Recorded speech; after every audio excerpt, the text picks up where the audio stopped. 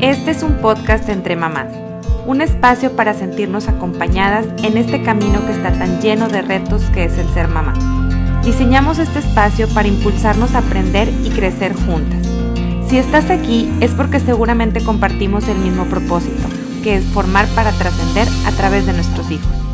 Yo soy Sofía, mamá de 2 adolescentes, y te doy la bienvenida a este nuestro espacio.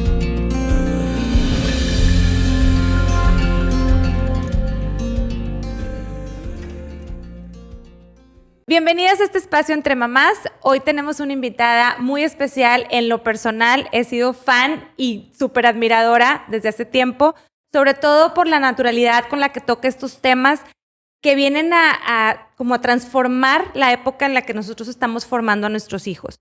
La sexualidad, el hablar de una educación sexual sana es algo importante para todos como papás que estamos enfrentando este año, esta etapa de nuestros hijos y sobre todo en la preadolescencia y adolescencia, que de repente son etapas en que pues no sabemos muy bien cómo tomar o cómo llevar estos temas. Adriana, bienvenida a este espacio entre mamás.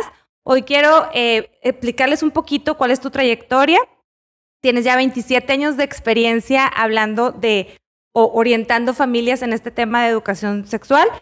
Eres conferenciante nacional e internacional. Ahorita nos platicabas que tenías un programa en Los Ángeles hablando de estos temas.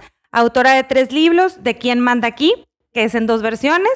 Y Mujer Echadas para Adelante, eres directora de Urdiaín Asesores y especialista en el tema de prevención de abuso sexual en menores, lo cual me parece extraordinario tenerte aquí con nosotros. Bienvenida, esta es tu casa. Muchas gracias por la invitación, pues yo soy la más feliz de estar aquí con ustedes y bueno, pues encantada de tener este espacio para platicar entre mamás, porque yo también soy mamá. Así es, y eso me encanta. Hace años yo te decía que yo te empecé a seguir y empecé a seguir tus pasos porque hablabas de temas muy importantes para nosotros en la formación de nuestros hijos. Y primero que nada te quiero preguntar, ¿por qué es importante hablar de sexualidad en esta época? ¿Por qué es importante o por qué empezaste tú con este gusanito de empezar a platicar de estos temas y hacerlos de una manera más abierta? A veces las cosas llegan como por casualidad, ¿no? Entonces, alguien por mi tono de voz y porque soy maestra, y siempre he sido maestra y esa es mi esencia, aunque después estudié psicología y otras cosas, me dijo, oye, tal vez valdría la pena que te especializaras un poquito en esta área por la manera que tienes de manejo y por el tono de voz. Entonces llegué ahí de absoluta casualidad. A la hora que empecé a conocer más, empecé a aprender más, me di cuenta, y estamos hablando de hace muchos años, ¿no? Entonces, yo te estoy hablando de antes de que hubiera un acceso tan fácil a Internet. El tema en que los adultos, los padres de familia, hablaran sobre temas relacionados con la sexualidad en sus hijos, en ese momento cuando yo empecé, era como todo un tabú. Claro. Se percibía como, no sé, no quiero tocarlo, y probablemente era como el típico caso del elefante en la sala. En medio de la sala, así es. O sea, no quiero saber que está ahí y mientras menos piense en eso, va a desaparecer. Exactamente. Bueno, conforme fue avanzando el tiempo y fui desarrollando los diferentes temas, me di cuenta de lo difícil que era para los papás poner palabras para poder hablar sobre algunos temas que nadie había hablado con ellos. Entonces, empezamos partiendo de ahí. Teníamos a grupos de padres de familia que no habían recibido ninguna educación sexual, ni por parte de sus padres, ni por parte de sus escuelas o colegios. Okay. Entonces, había como un vacío generacional. No había cómo abordar. Las mamás decían, yo aprendí de, por ejemplo, mi menstruación porque alguna hermana o alguna prima me explicó. Yo aprendí del acto sexual, a lo mejor por lo que mis amigos me dijeron.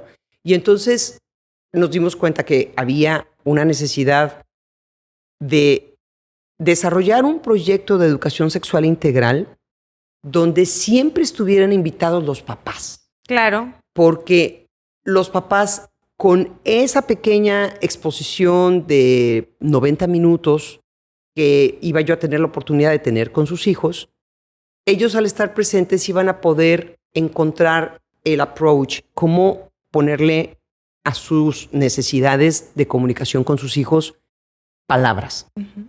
Nuestro objetivo principal fue entonces que los adultos, los papás, nos convirtiéramos en adultos de confianza. Porque una cosa es ser papá Claro, y otra cosa es que te tengan confianza. Uh-huh. Y entonces, esta construcción de la confianza daría un espacio para que nuestros niños, niñas y adolescentes pudieran hablar no solamente de temas de sexualidad que ya se consideraban álgidos o difíciles o complicados, sino que se pudiera abordar cualquier tipo de tema, el que fuera.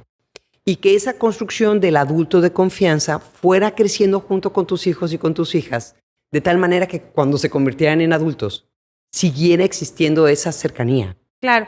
Eso es bien importante, Adriana, lo que acabas de decir. Eso es una evolución de la relación que formamos padres e hijos, ¿no?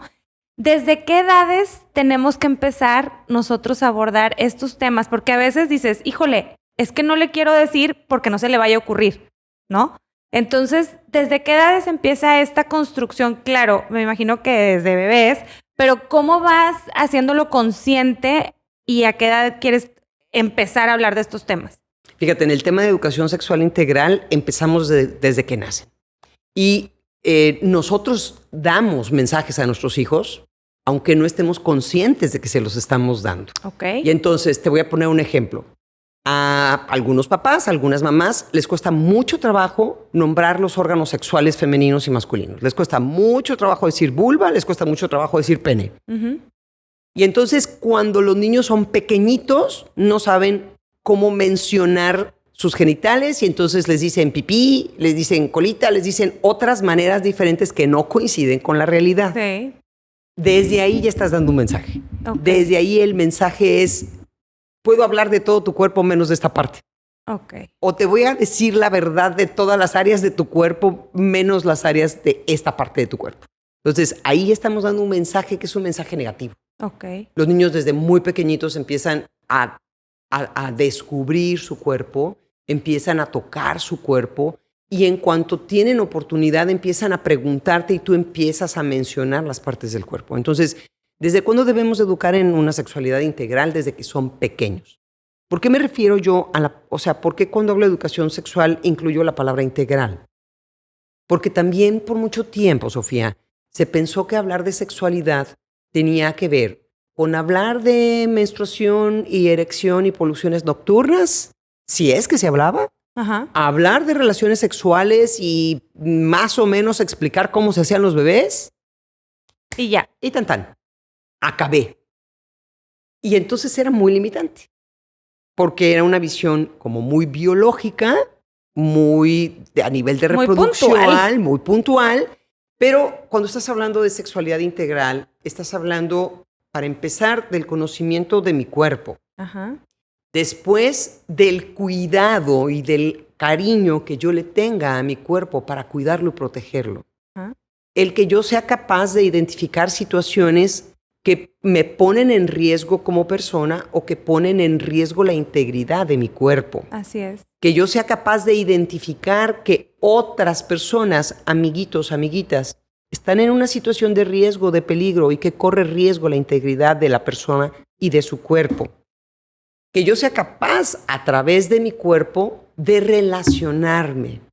Y que yo sea capaz, a través de mi cuerpo, de poder expresar amor, de poder expresar deseo, de poder expresar muchas cosas. Y no es nada más el acto sexual. Claro, o no, nada más es lo que te lleva al acto sexual. Entonces, creo que, de hecho, yo creo que por eso el programa que ustedes tienen a mí me enganchó, porque empiezas a ver otras áreas que pues no conocemos, que están relacionadas muy, muy fuerte al tema de la sexualidad. De repente yo te oía abordar temas de drogadicción, temas de alcohol, que yo decía, a ver, ¿y esto cómo tiene que ver? Pero en realidad está relacionado. Ahora, el programa que ustedes manejan empieza ¿desde qué edades, Adriana? Ahorita estamos comenzando en algunos colegios, damos pláticas para papás de tercero de primaria, como para darles todo lo que es la parte de la protección del abuso sexual infantil a los adultos. Pero ya está el diseño y ya está en la mesa de trabajo, o sea, ya hicimos la parte teórica y ahorita estamos en la parte de diseño visual. Ajá. De lo que corresponde a lo que va a ser primaria baja. Okay. O sea, vamos a comenzar con niños desde más pequeños porque a raíz de la pandemia nos dimos cuenta, ya lo sabíamos por estadística, pero nos dimos cuenta de la enorme necesidad de empezar desde más pequeños. Entonces, muy probablemente para el siguiente ciclo escolar ya estén disponibles conferencias para niños de segundo y de tercero. De primaria. De primaria. Okay. Y entonces, ahorita estamos comenzando de cuarto, terminamos en tercero, secundaria o en noveno. Para el próximo año esperamos empezar con los niños desde segundo. Ajá. Y a lo mejor una plática dirigida a adultos en primero. El tema aquí es muy simple. Mientras más pronto les des herramientas a los papás para poder darles a sus hijos un ambiente donde puedan protegerse de cualquier situación que pueda vulnerarlos, tendremos más oportunidad de reducir el abuso sexual infantil. Entonces, mientras más pronto llegue la información a los niños, siempre en un lenguaje súper sencillo, súper amable, buscando que conozcan su cuerpo y conozcan la manera de relacionarse con las personas. Claro. Será más fácil que los niños se identifiquen cuando una situación es algo de bienestar o cuando una relación es de malestar. Ahora, ahorita que mencionas todo este rollo de cómo fueron bajando la edad, ¿verdad? En abordar estos temas, porque te vas descubriendo cosas y bien mencionaste ahorita el tema de la pandemia. Yo creo que a todos nos pegó de diferente forma, pero a los jóvenes vino a abordar y a los jóvenes me refiero a los niños y a los adolescentes en una forma así como una ola muy fuerte de riesgos y de cosas que nosotros no conocíamos. Y muchas personas estuvimos ocupados en salvar un trabajo, en salvar un negocio, en salvar un matrimonio. O sea, como que todo el mundo nos pusieron haciendo un pandero muy, muy, muy extraño, ¿no? ¿Qué cifras hay ahorita, Adriana, que tú consideres importantes que nos puedas compartir? Que nos prenda un foquito de decir, ¿sabes qué? Me tengo que informar, me tengo que acercar, me tengo que poner a estudiar este tema, tanto de abuso sexual, como de, ahorita quiero abordar un poquito, y me mencionabas tú, no soy especialista en identidad de género, pero conoces más que yo, para que nos expliques un poquito, pero ¿qué cifras son las que tú ahorita traes más importantes? Sí, yo creo que el tema del abuso sexual infantil es un tema bastante complejo. Y una de las realidades que tenemos en México, y ahí, por ejemplo, trabajo con algunos CIPINAS de algunos municipios, que son los organismos encargados de atender cuando se identifica un caso de abuso sexual infantil. Okay. De acuerdo a la estadística, en general, podemos pensar que de 10 niñas menores de 14 años, 6 niñas sufrirán algún tipo de contacto físico-sexual no deseado. En el caso de los niños, es 4 niños de 10. Ahora, ¿quiénes son las personas que van a poner en riesgo la integridad de los niños? ¿Quiénes son principalmente los abusadores o acosadores? Porque te digo, hay diferentes maneras de vulnerar a un menor. El 80% de las ocasiones van a ser familiares. El 15% de las ocasiones van a ser personas conocidas y el 5% van a ser personas desconocidas, en físico o en línea.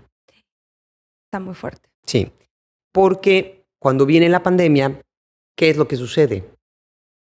Si tenemos en el 80% de los casos de abuso sexual infantil, la familia, ¿en dónde dejamos a los niños? En la casa. En sus casas. Entonces, esto fue sumamente complejo. Tuve la oportunidad de trabajar con algún municipio en algún en vivo de Facebook y yo les decía a los niños, porque les pedimos que los niños lo vieran, y yo les decía, si llega a pasarte cualquiera de estas cosas, ve y habla con un vecino o vecina, porque sabíamos que había niños y niñas que estaban dentro del lugar en donde puede ocurrir esta situación. Entonces, en ocasiones, lo que nos vamos a encontrar en nuestro país es que como esto ocurre en casa, en la familia, y fue el abuelo o la abuela, el tío o la tía, el primo o la prima, entonces no se denuncia. Okay. No se denuncia. Nosotros no estamos interesadas en el tema de la denuncia. Ese es un proceso que no nos corresponde a nosotros como orientadoras. Realmente nuestra finalidad es tratar de ponerle a los niños y a las niñas un lenguaje para que sean capaces de decirle a un adulto en el que confíen, eso que dijo Adriana, eso que dijo Andrea, me pasó a mí. Ok. y que lo que ha estado sucediendo deje de suceder. Ese sería nuestro primer objetivo.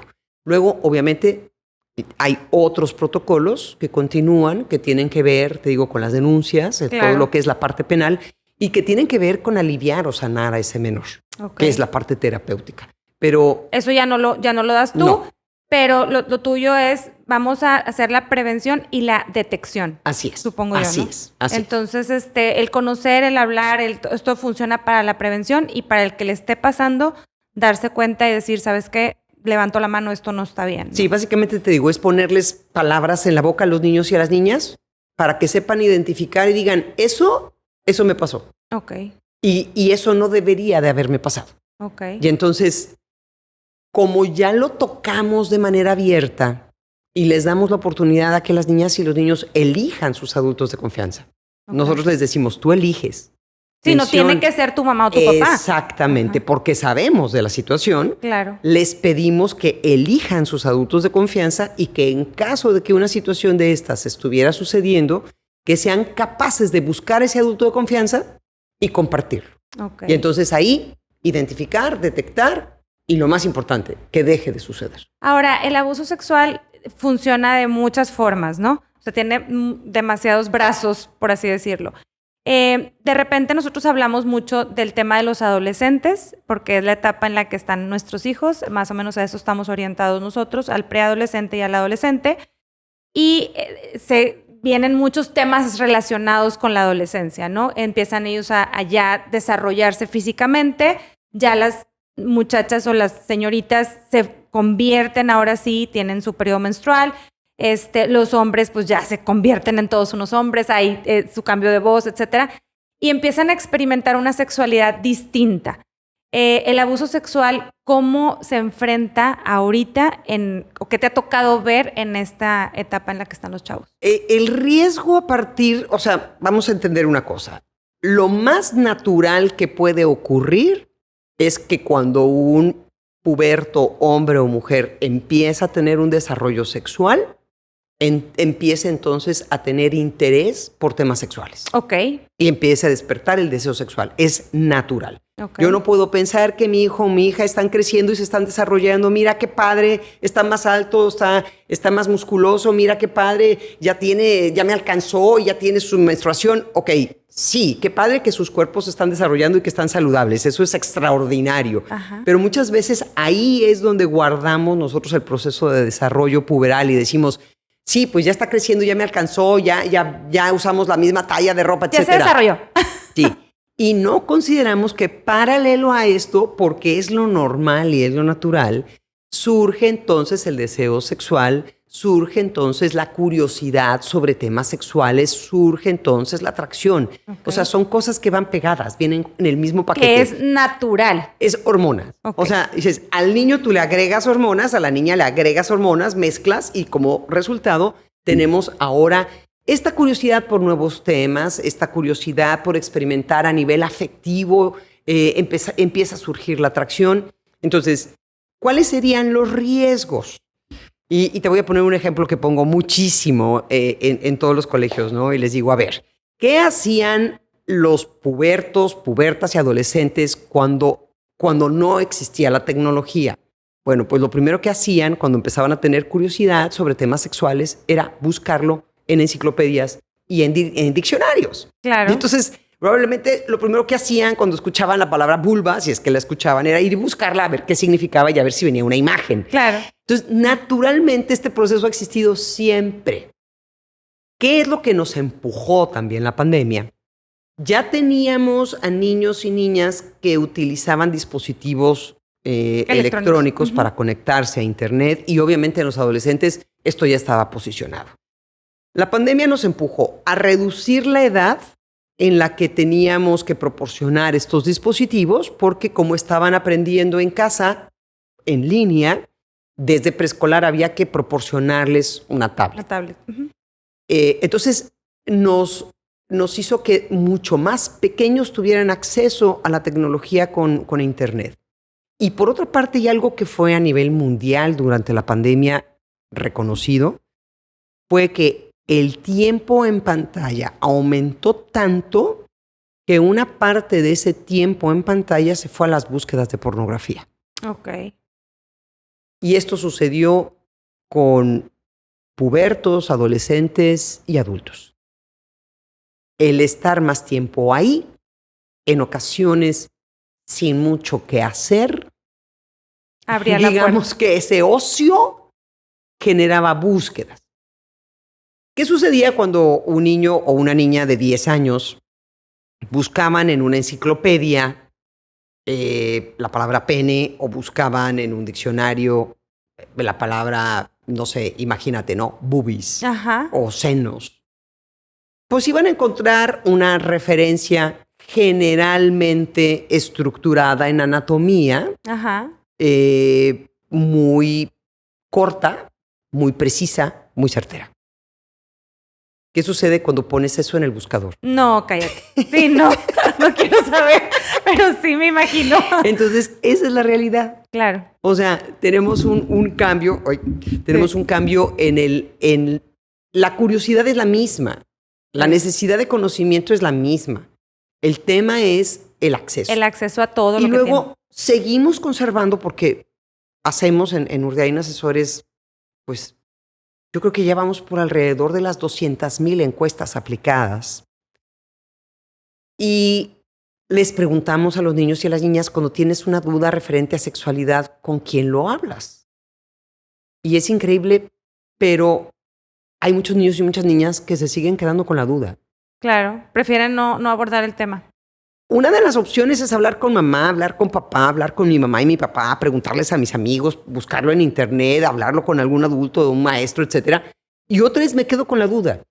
Bueno, cuando yo veo que los pubertos y los adolescentes se quedan con la duda, creo que no estamos entonces generando el ambiente de confianza que deberíamos de generar. Porque, número uno, no están preguntando en casa y número dos, no me están preguntando a mí en las sesiones. Ok. Entonces tenemos que mejorarlo. Ok. Entonces, esta parte es una parte muy importante. Eso, hay que poner mucha atención porque realmente eso es lo que nos toca a nosotros como papás, el abrir esos espacios, el ayudarles a conocer del tema. O sea, yo lo que te quiero decir como mamá o como papá que sigan tu podcast, si tus hijos no te están preguntando, algo está sucediendo. Porque no es que no tengan dudas, Sí, es que no sienten la confianza para preguntarte. así es. Y hoy también tenemos que entender que hay una gran cantidad de información y también hay mucha desinformación. Y que yo creo que una de las características de cómo hablamos con nuestros hijos en el tema de sexualidad es la gradualidad. O sea, es un tema que yo voy a ir desarrollando y que yo voy a iniciar cuando ese bebé es pequeño y hablo del nombre de sus genitales, cuando yo le aviso a ese bebé que lo voy a tocar porque requiere de aseo y voy estableciendo las bases del consentimiento sexual, donde yo entiendo que esa personita tiene un cuerpo y que yo debo de preguntarle del contacto que tengo con su cuerpo para ser respetuosa su dignidad, y donde estos temas irán graduándose y creciendo y ampliándose hasta donde yo tenga esa confianza o esa comodidad de sentarme con mis hijos adultos y que podamos hablar abiertamente sobre cualquier tema relacionado con, por ejemplo, sexualidad, ya en un nivel de adulto. Entonces, esta gradualidad debe de darnos a nosotros los papás la sensación de decir, a ver, ¿dónde voy? Ok. ¿Qué es lo que he hablado? ¿Qué le he dicho a mis hijos, a mis hijas? ¿Qué me ha faltado decir? ¿Qué temas no estamos incluyendo en la mesa? Si no estoy hablando yo con él o con ella de esto, ¿significa que no le interesa? Puede haber niños y niñas y adolescentes que tengan un bajo interés en temas de contenido sexual, pero también puede haber niños, niñas, adolescentes que tengan un alto interés en temas de contenido sexual. Se están enfrentando a un mundo muy distinto al de nosotros. Ellos abordan el tema de la sexualidad con mucho más naturalidad entre pares, o sea, entre ellos. Me platicaba una amiga hace poquito y me dice que tuvo una experiencia muy chistosa su hija, que es una niña muy bonita, muy linda, y llegan en una fiesta y entonces le dice un muchacho una línea como para introducir él de que, ay, estás bonita o así. Y le dice, ¿y con cuántos te has dado? Y entonces le dice, ¿qué? O sea, ¿qué es eso? Y entonces el muchacho ya se empiezan a reír y... Pero, ¿cómo eso puede ser ahorita una línea de apertura, de me gustas, te gusto? ¿Con cuántos te has dado? O sea, Sí, para el que no sepa, ¿verdad? Como yo, que no sabía. Que era armar hace 2 años. Si ya tienes relaciones sexuales, ¿con cuántos has tenido? O con cuántos te has digamos que exactamente. Ajá, o es sea, más un intercambio de caricias. Que no sabemos hasta cuál es el fondo, ¿verdad? Exactamente. Entonces, bueno, fíjate, mi desinformación fue, yo ya me fui hasta el home run, ¿verdad? Sí. A lo que voy es que eso es una línea de galantería o de no sé cómo lo puedas llamar, que se está dando actualmente. Entonces, realmente nosotros no nos podemos quedar atrás en cuanto a saber de lo que están viviendo nuestros hijos y que ellos tengan esta apertura, porque obviamente la chica fue y le platicó a su mamá, ¿verdad? De que, oye, fíjate lo que me pasó. Qué lindo es que te compartan esas cosas y sobre todo que pues juntos vayamos aprendiendo, pero también nosotros no nos podemos quedar atrás en ese tipo de contenidos, ¿no? De qué está pasando. Hay series en donde ponen contenido sexual muy fuerte. Sí, muy explícito. Me tocó ver una, que ahorita no me acuerdo el nombre, en donde el efecto que el muchacho tenía de haber tenido, empezó la relación sexual en la serie, ¿no? Con el chico y otra chica. Y la chica se enoja porque fue muy agresivo. Entonces él se asusta y le dice, pues... Es lo que aprendí. Es lo que aprendí. Así es. De la pornografía. Entonces yo al ver esas imágenes, lo primero que haces es apagas la serie y dices, ¿qué es esto? O sea, pero eso lo ven los chavos. O sea, eso es lo que están viendo. Yo creo que estás los abriendo chavos. aquí un espacio muy interesante, que es el espacio relacional. Ok. Vivimos en un país con muchísima violencia de género. Okay. Vivimos en un país que creo que a nivel mundial ocupa el 2º lugar en feminicidios. Pero no les enseñamos a los niños, niñas y adolescentes cómo relacionarse. Y esa es otra parte del programa de educación sexual integral. Ok. Este ejemplo que mencionas, donde una persona con buena intención de empatizar y de acercarse a alguien y de ligar, en su contexto, lo que ha observado a nivel relacional es esto. Claro, y dices tú, ay, me llegan así, ¿qué hago? O sea, y ese chavito no tiene la culpa. claro. La tenemos los adultos, que no hemos modelado un espacio relacional saludable. Ok. Entonces, una de las partes que tenemos que enseñar y que tenemos que estar convencidos es que nosotros como adultos les estamos dando ejemplo. Y les estamos dando ejemplo de cómo se desarrollan, cómo se relacionan las parejas. Pero abajo de cómo se relacionan las parejas, en una fase inicial relacional, son las relaciones entre amigos. Y ahí en las relaciones entre amigos es donde se deben de establecer estas bases de relaciones saludables, donde hay confianza, donde hay honestidad, donde hay comunicación, donde hay una resolución saludable de conflictos, donde yo asumo la responsabilidad de mis palabras y de mis actos. Cuando ellos aprenden a relacionarse de manera saludable con sus amigos y con sus amigas, es mucho más probable que cuando tengan una relación de pareja, esa relación de pareja esté basada en esas habilidades de relaciones saludables. Okay. Pero tenemos la contraparte. Me sucede en muchas ocasiones que cuando yo les pregunto a los adolescentes que me den ejemplos de relaciones saludables de pareja, no levantan la mano y no dicen nada. Cuando les pido quién es su influencia, o sea, si tú ves una pareja y cuando ves esa pareja, tú ves que esa pareja lleva una relación saludable, esa pareja para ti es una influencia. Claro. Cuando no son capaces de nombrarlo, lo primero que recibimos los papás es una tonelada de pedradas. Claro. ¿Ok? Entonces, una de las tareas que tenemos nosotros es enseñar a nuestros hijos a relacionarse. Con eso vamos a reducir considerablemente todo lo que tiene que ver con violencia de género.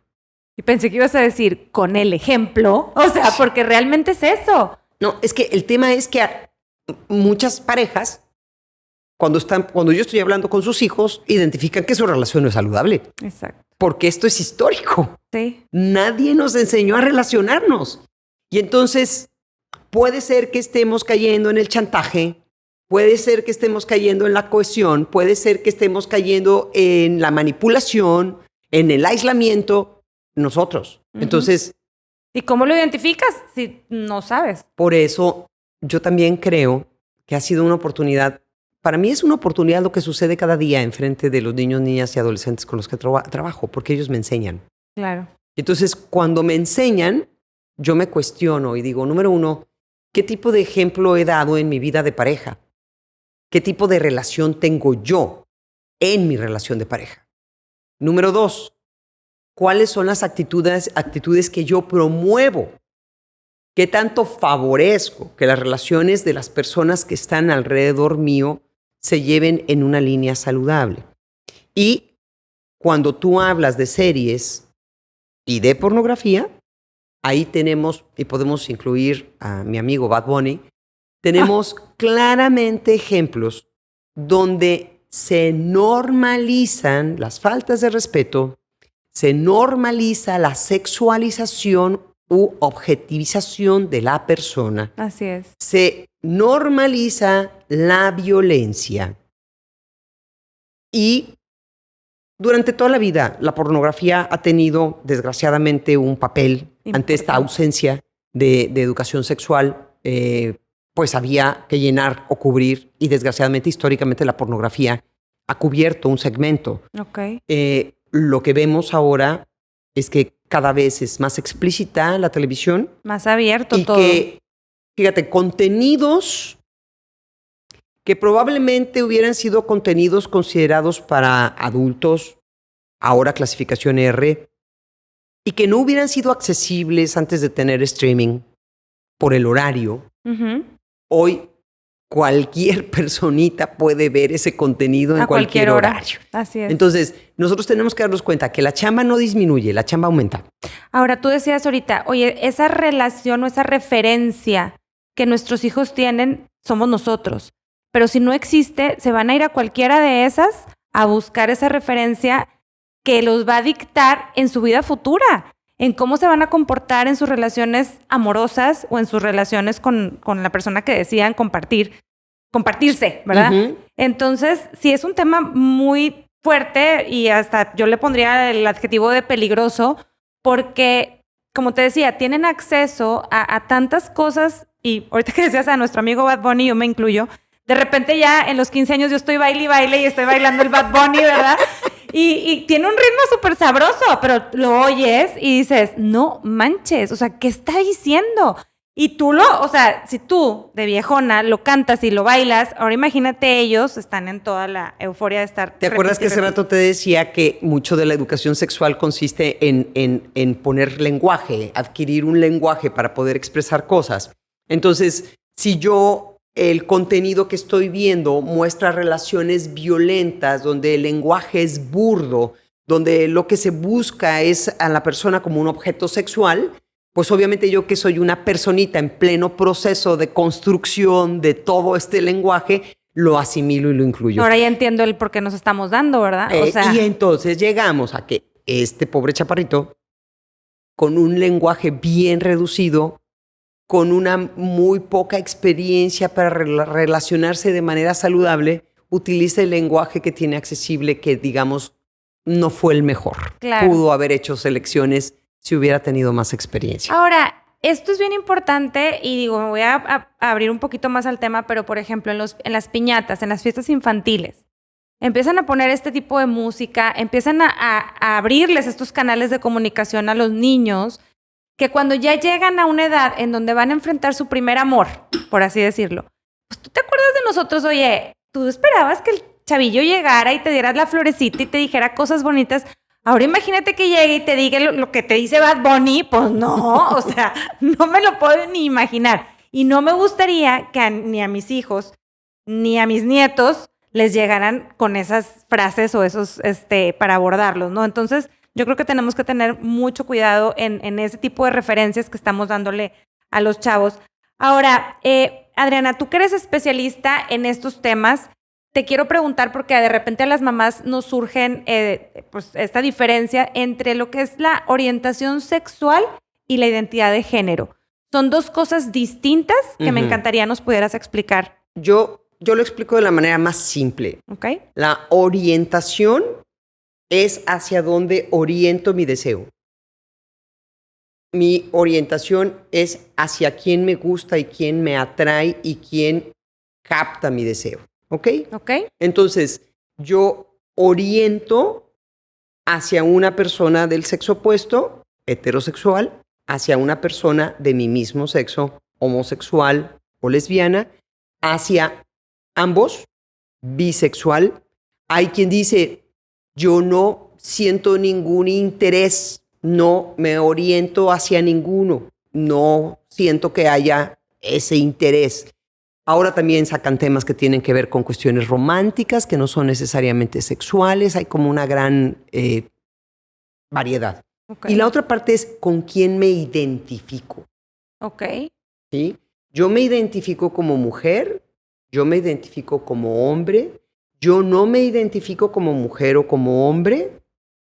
O sea, ahí tenemos las personas que dicen no soy binario, no me identifico con ninguno.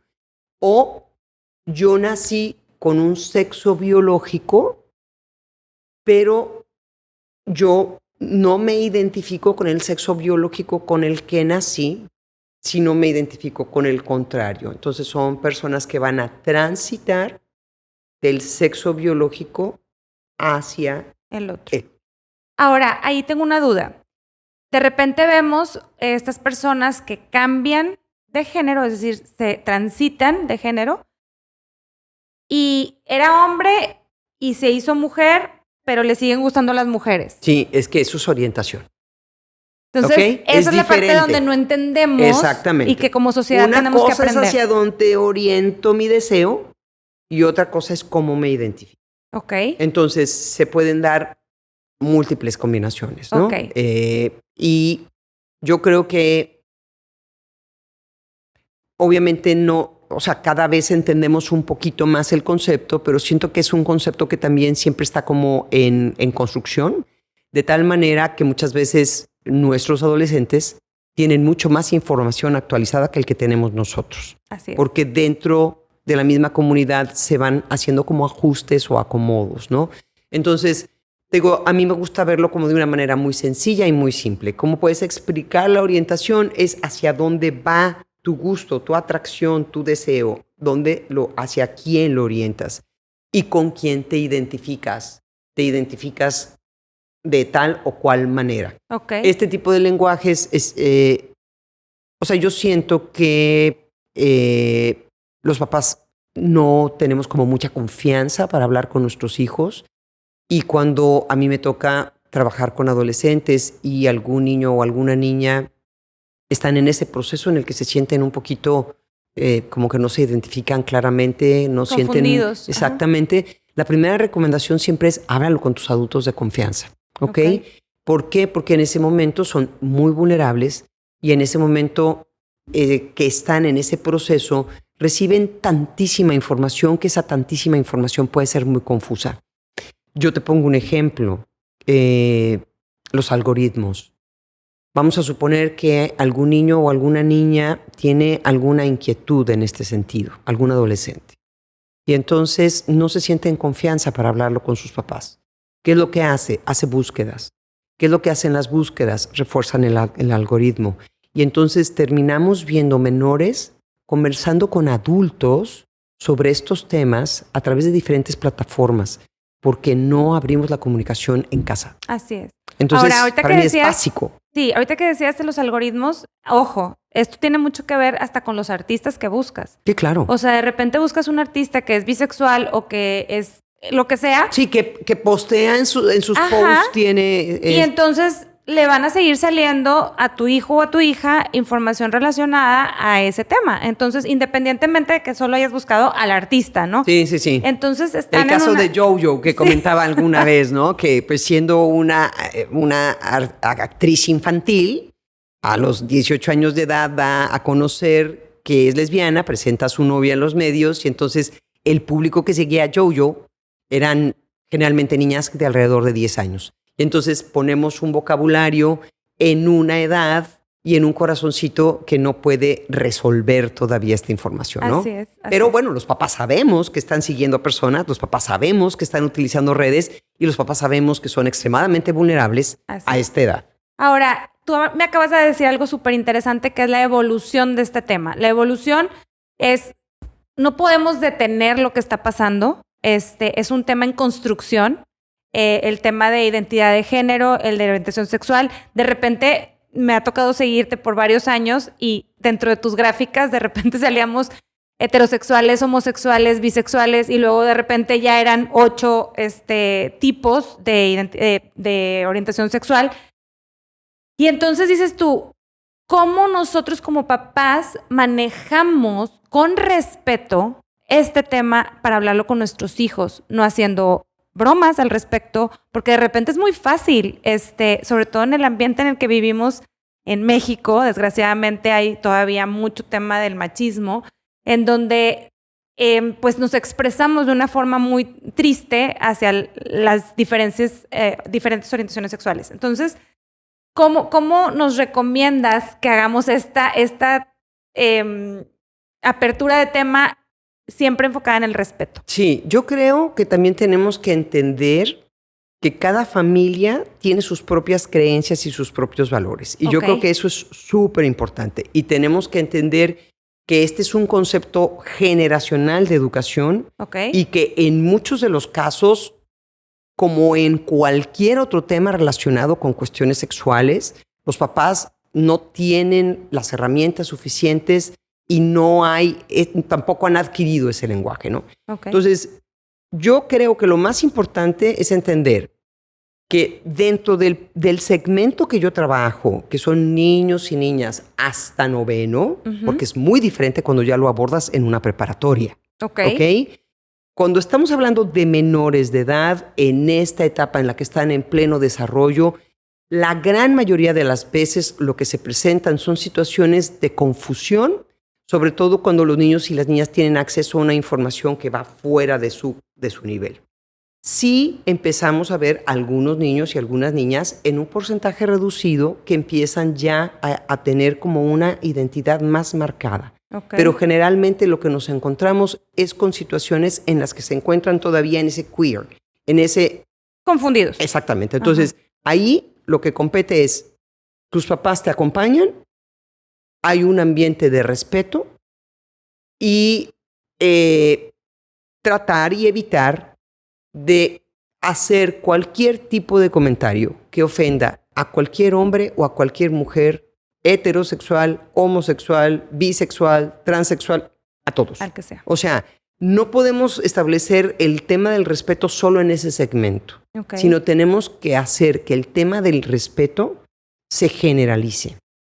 Porque de repente me toca que tenemos quien aborda con mucho respeto este tema, pero quien entre sus relaciones con sus amigos y con sus amigas está teniendo grandes faltas de respeto. Entonces dices, no, hay que generalizar el respeto. Respetamos a todas las personas, las tratamos con dignidad. A estos menores lo que se les recomienda es tener esta relación de confianza y de apoyo mientras pasan por ese proceso puberal de desarrollo y entender que cada familia tiene sus propias creencias, sus propios valores. A mí me toca con muchísima frecuencia que cuando tratamos de poner de acuerdo a más de 2 o 3 matrimonios en un punto, y mencionabas hace rato el tema del alcohol, por ejemplo, no logramos llegar a acuerdos. Entonces, ¿cómo va a recibir o a percibir cada familia una situación de estas? Lo va a recibir y percibir desde la historia personal que ha tenido en el tema de educación sexual. Efectivamente, tenemos muchos rasgos de violencia y efectivamente la comunidad LGTBI+ sufre de muchísima violencia. Entonces, nuestro objetivo es que todas las personas, independientemente de su orientación, sean tratadas con respeto. Con dignidad. Así.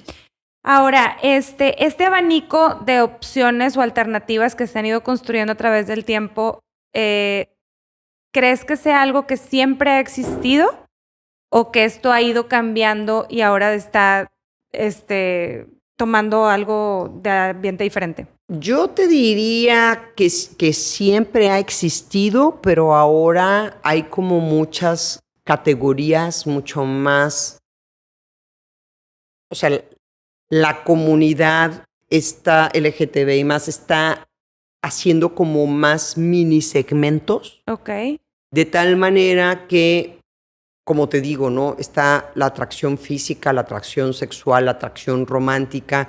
Y esto da una cantidad de serie de combinaciones en las cuales no soy para nada experta. Ok. Lo que sí te puedo decir es que en ocasiones, cuando estoy trabajando con adolescentes, los mismos adolescentes me dicen, ese término ya no se utiliza, ya lo sacaron. Es que ellos ya saben. O abrieron esta nueva bandera, identifica a esta comunidad, a esta parte de la comunidad, pero a esta no. O sea, yo te diría que en general, como mamá, yo lo que tengo que hacer es decirles a mis hijos que sean amables, que traten bien a todas las personas, que si en su proceso de crecimiento, en su proceso de desarrollo, en su proceso de afirmación de este deseo, llegan a tener alguna duda, que siempre van a poder acercarse y siempre van a poder platicar y que siempre vamos a quererlos porque siempre van a ser nuestros hijos. Ahora, ¿qué pasa, Adriana, con esta hijo o hija que se acercan contigo a edades tempranas, es decir, antes de salir de noveno o de tercero de secundaria? Y, oye, mamá, es que fíjate que me contó una amiga que tiene esta orientación sexual y que es lesbiana o que es bisexual. Tú como mamá, pues lo primero que haces o lo que yo supongo debes hacer es primero no juzgar. O sea, escucharla y, pues, a ver, ¿qué haces? Fíjate que me pasó muchísimo. ¿Qué dices? Que o sea, me ha tocado muchísimo que muchas niñas, principalmente niñas, que siguen a muchas personas que hablan sobre su vida sexual, empiezan a autodenominarse en sexto, ¿no? Sí. Y luego los papás están muy preocupados. Y entonces yo les digo, a ver, dile que este tema es un tema íntimo. Tratamos de identificar mucho lo que es público de lo que es íntimo. Ok. La vida sexual de las personas cae en el espacio íntimo. Ok. Entonces, en la intimidad del hogar hablamos de esto. Aquí estamos. Cualquier duda que tengas, aquí estamos. Y seguimos adelante. Cuando nuestras niñas o nuestros niños nos dicen que algún amiguito o amiguita se ha autodenominado así, generalmente, sobre todo te digo, siendo tan pequeñitos, les decimos, mi amor, ese es un tema de tu amiguito o de tu amiguita, es un tema tuyo, personal. Y a veces los niños y las niñas me dicen, oye, ¿qué sucede si una persona de mi mismo sexo me tira la onda? Te voy a poner el ejemplo, ¿no? Octavo o noveno, pero a mí no me interesa. Y les digo, bueno, el consentimiento sexual aplica para todas las relaciones. O sea, si una persona de tu mismo sexo o una persona del sexo opuesto se acerca a ti y te tira la onda y tú no te sientes cómodo, seguro ni protegido en esa situación, marcas tus límites de manera clara y amable. Agradeces y dices, no, gracias. Entonces, eso es todo. Nuestras niñas y nuestros niños deberán de relacionarse de manera saludable con todos sus amigos y con todas sus amigas. A veces los adultos sentimos que son como vulnerables si alguna amiguita o amiguito ha mencionado esto, que nuestro hijo o nuestra hija es vulnerable. Y la verdad, nosotros lo que debemos de promover es un ambiente de respeto, donde independientemente de tu identidad, tú te relacionas de manera saludable con tus compañeros. Punto.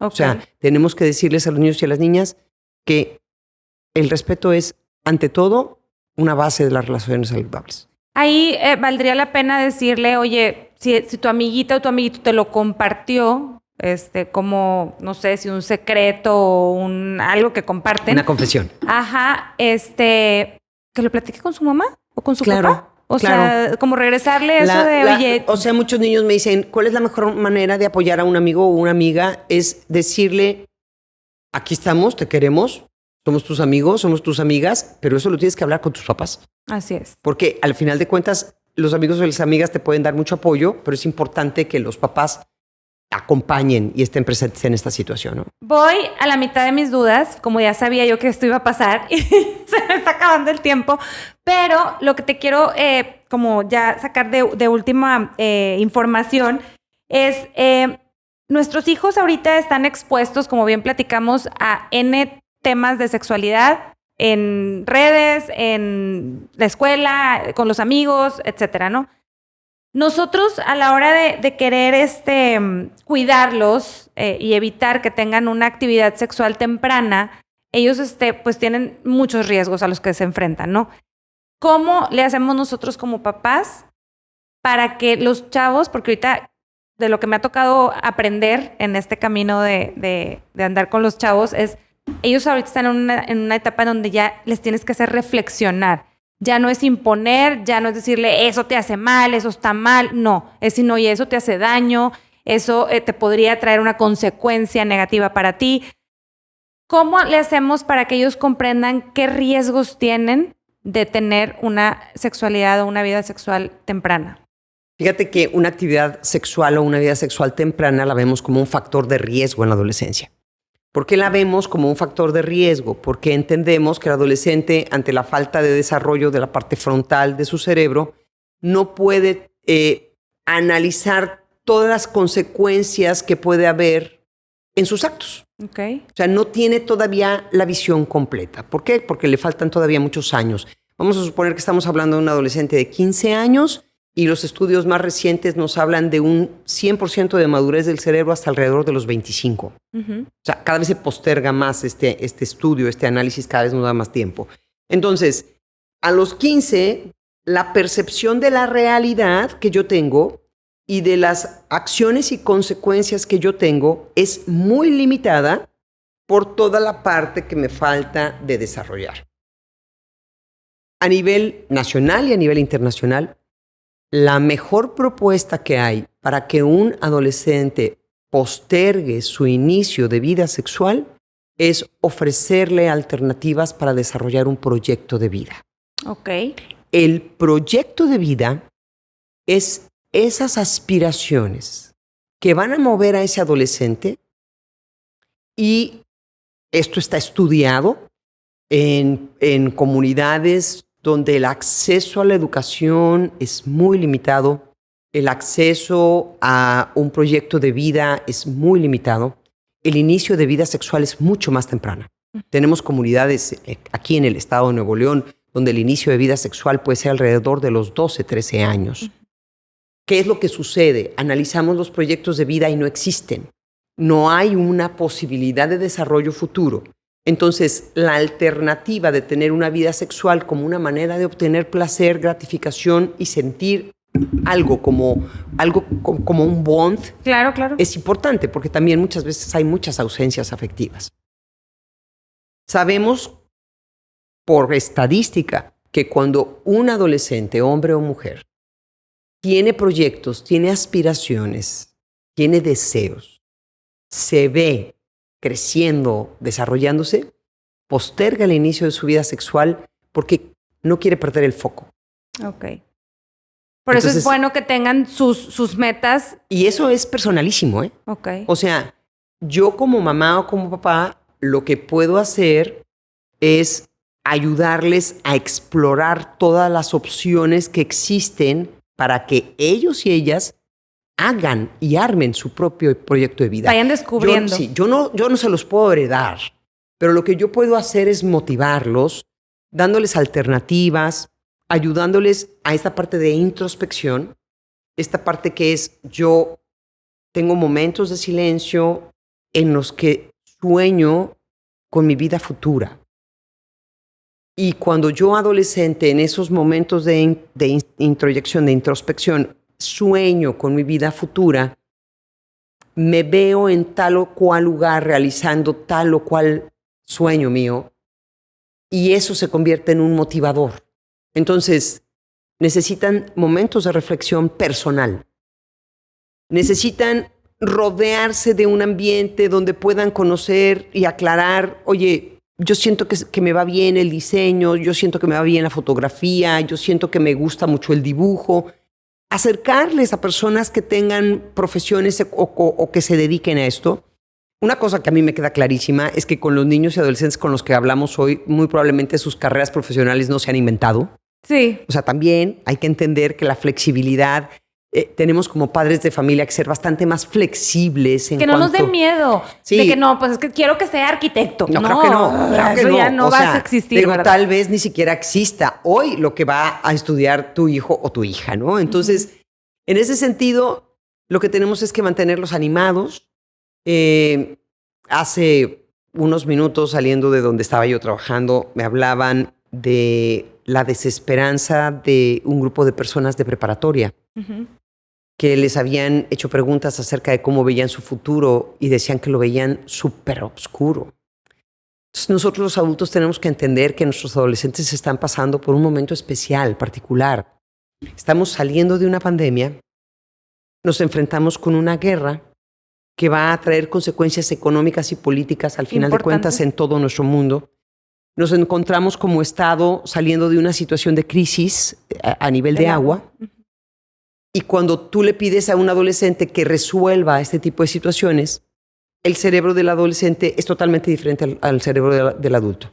¿Qué hacemos tú y yo, Sofía, para tratar de entender que a pesar de que las situaciones son difíciles, van a continuar?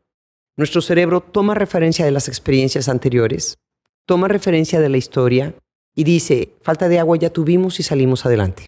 Sí, guerras, la experiencia te dicta, claro, y te dice ya. Hemos tenido y hemos salido adelante. Contaminación, ha habido ciudades, recuerdo el caso de Nueva York o de la Ciudad de México, claro, que llegaron a ser ciudades que estaban hipercontaminadas y que se pudieron resolver. El no circula, todas esas cosas fueron creadas por Entonces, esos momentos. El cerebro del adulto busca antecedentes históricos, o sea, experiencia, y esa experiencia le da un poco de paz para continuar en sus proyectos. Sí, digo, ahorita que te estás diciendo me proyecté porque me pasó que terminamos pandemia, se viene lo de Rusia y de repente un grupo de amiguitas de mi hija estaban asustadísimas un día en la noche de que es que se va a acabar el mundo. Y yo venía a una cena y yo como que en dónde avisaron que se va a acabar, o sea, pero es lo que estás diciendo. Claro. Los adolescentes tienen este enfrentón con la realidad que para ellos no existen estas referencias históricas. No hay referencias históricas, no hay esa experiencia y tienen una sobresaturación de información como nunca jamás en la historia. Que nunca. Puede no ser verdad y puede ser verdad. Exactamente, pero simplemente ver la misma nota 25 veces a la hora que estoy checando mi Twitter, entonces esas 25 veces son 25 informaciones recordatorios de algo terrorífico. Entonces, necesitamos cuidar los proyectos de vida. Así es. Porque los proyectos de vida, Sofía, simplemente son la continuidad de nuestro mundo. Así es. Entonces, en cada niño, en cada niña y en cada adolescente debemos de procurar un ambiente familiar, educativo, amable, cómodo, honesto, sensible, esperanzador, donde esto les dé ganas de seguir. Así es. Porque nosotros hemos hecho lo nuestro, bien o mal. Yo me disculpo muchísimas veces con los adolescentes con los que trabajo. Les digo, lo acepto. En mi generación la regamos gachísimo. Pero yo creo que tú estás aprendiendo de todo lo que hicimos mal nosotros. Y hacerlo mejor. Y vas con tus recursos a poderlo hacer mejor. Y también tenemos que reconocer al final de cuentas que nosotros podemos tener mucho más años, mucho más experiencia, mucho más conocimientos, pero cuando tú te abres y escuchas lo que estos preadolescentes y adolescentes tienen en su mente y tienen en su corazón, quien sale aprendiendo eres tú. Claro, entonces, 100%. Esa es mi recomendación. O sea, esa casa que se convierte en un hogar, esos papás que son guías, que son modelos, que son cercanos, que tienen claro que lo que tienen entre sus manos es así de simple, la siguiente generación. Es el futuro de la humanidad. Y yo creo, terminando un poquito con lo que tú comenzabas acerca de cuando me comentabas, ¿no? Como papás, pues a veces no sabemos cómo hacer las cosas. Esto va a seguir siendo. Esto va a seguir ocurriendo siempre, porque esa es la capacidad natural que tienen los niños, las niñas y los adolescentes, de sorprendernos. Hay quien me dice, cada vez llegan más lejos, cada vez saben más. Sí, estamos teniendo generaciones hermosas, con muchas habilidades diferentes y nuevas. Y entonces yo creo que lo más importante es estar conscientes de nuestra labor, estar presentes. Yo quitaría el perfeccionismo, la saturación de actividades.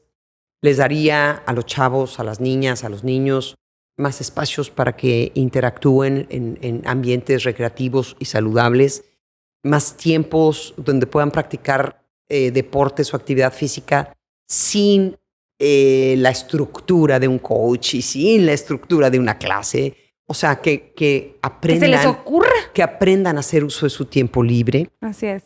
Tienen un nivel de creatividad que es impresionante. Entonces, desde pequeños que lo empiecen a aplicar, creo que ya hemos avanzado mucho y tanto nuestros niños como nuestras niñas ven un futuro con la misma equidad de oportunidades. Sí. Entonces, seguir manteniendo ese concepto y al final, pues desarrollar relaciones saludables para que ellos tengan también ese modelo para hacer una sociedad más justa, donde todos y todas nos sintamos más seguros, donde se respeten más a las personas y donde podamos establecer un ambiente bastante más adecuado para el desarrollo personal. Oye, Adriana, está súper bonito con lo que cierras, que me dejaste sin palabras porque realmente me conmueve. A veces nosotros de papás me pasa mucho el que quieres tener la razón, quieres ser el guía, quieres saberlo todo para poder ofrecer a tus hijos, ¿no? Y está bien decir, no sé, está bien decir, ¿sabes qué? Vamos a investigar juntos. Oye, a lo mejor tú sabes más que yo en estos temas de sexualidad. Seguramente sí saben más que nosotros, sobre todo lo que está pasando y a lo que se están enfrentando. No atemorizarnos ante esta ignorancia que tenemos nosotros natural y pues buscar estas herramientas que son parte de nuestra formación como padres también. Me gustó mucho un invitado que tuvimos que nos dijo, es un hijo con una condición de autismo y dice, es que los papás tienen que reconocer que ustedes son formadores, no creadores. Ustedes no nos crearon, nos están ayudando a formarnos. Bueno, me dejó sin palabras y digo, tienes razón. Somos estas personas que deberíamos de ser una herramienta, un apoyo para la construcción de su futuro y tarrán. O sea, y nosotros sentirnos satisfechos de acompañarlos, no nada más. Adriana, es un orgullo, un honor que seas parte de esta plataforma con nosotros, de poder compartir contigo esta información tan valiosa. Esperamos no sea la única vez. Hay tema para rato porque realmente este tema realmente es algo que para nosotros está en blanco. Para muchas mamás nos cuesta trabajo de repente abordarlo, no por el miedo a saber, sino por el miedo a no regarla, a decir, híjole, la puedo regar y yo creo que resulta peor. ¿Cuáles son las plataformas en donde podemos encontrar a Urdiaín Asesores? Bueno, pues en la página web, urdiainasesores.com. Y también estamos ofreciendo cursos en línea grabados. Hemos estado trabajando presenciales, ¿no? Y de manera presencial tenemos una capacidad para poder llegar a X número de niños, niñas y adolescentes.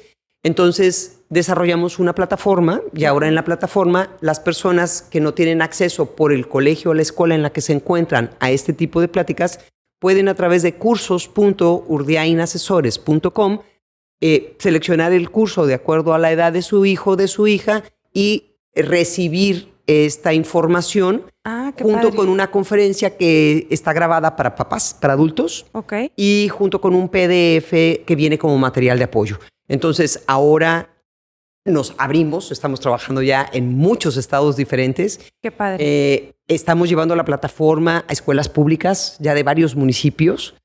Y estamos trabajando, la plataforma también tiene, está traducida al inglés, son los cursos hablados, yo los estoy dando, hablados al español, pero ya vienen también con subtítulo al inglés, porque en muchas situaciones tenemos niños y niñas que puede ser que no entiendan el español bien y que se les facilite más hacerlo a través del subtítulo en inglés. Ah, perfecto. Bueno, y para los que no saben, Adriana es mamá de Andrea Alanís, quien también es parte del equipo de Building a Crack. Entonces, las plataformas de Andrea también pueden funcionar para Urdiain Asesores en Instagram y en Facebook, ¿verdad? Así es. Me pueden encontrar en Instagram como Adriana Urdiain. Y te digo, generalmente, pues, si entran a la página de urdiainasesores.com o cursos.urdiainasesores.com, van a tener ahí un chat en vivo en donde pueden hacer alguna pregunta. Yo no estoy en ese chat en vivo, pero yo recibo esa pregunta y la resuelvo. Así es. Muchas gracias, Adriana, por tu expertise, por este espacio y por tu tiempo que nos regalaste el día de hoy para compartir con más mamás. Mamás, gracias por acompañarnos. De verdad estamos muy contentas y yo estoy muy agradecida con Adriana por este espacio y nos esperamos para la próxima. Muchísimas gracias por la invitación.